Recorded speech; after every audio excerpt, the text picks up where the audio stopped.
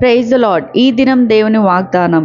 యెహోవా నిన్ను నిత్యము నడిపించును. యెషయా గ్రంథము 58వ అధ్యాయము 11వ వచనము. నా ప్రియ నేస్తమా, నిజమైన భక్తిలో ఎంత ఆశీర్వాదం దీవెన ఉంది గనక నీవు కూడా ఫలములు లేని ఆశ్చర్యపూర్వకమైన భక్తిని, వేషధార భక్తిని విడిచిపెట్టుము. దేవునికి ఇష్టమైన జీవితంను జీవించుము. దేవుడు నీకు కాపరి అయి మరణం వరకు నిన్ను నడిపించుము. ఆయన నిత్యము నడుచు సియోను కొండవలె నీకు తోడుగా ఉండును.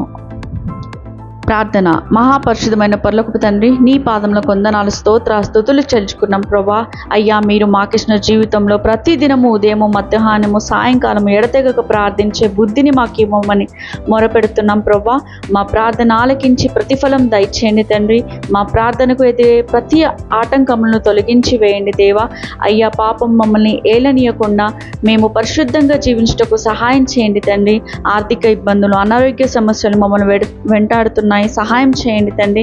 స్వస్థపరచండి తండ్రి. మీరు చేసిన మేలును బట్టి ప్రతి దినం మిమ్మల్ని స్తుతిస్తూ మీ అద్భుత క్రియలను, ఆశ్చర్య కార్యములను అనేకులకు వివరిస్తూ మా కొరకు మీరు చేసిన త్యాగంను, మీ రాకడను జనులకు ప్రకటిస్తూ మీకు ప్రియమైన శిష్యులుగా జీవించే ధన్యత మాకు ఇవ్వమని వేడుకుంటున్నాను నా తండ్రి.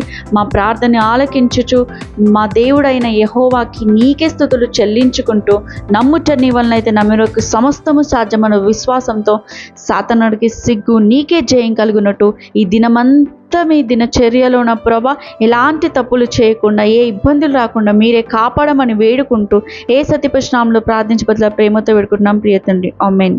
Praise the lord. Thank you.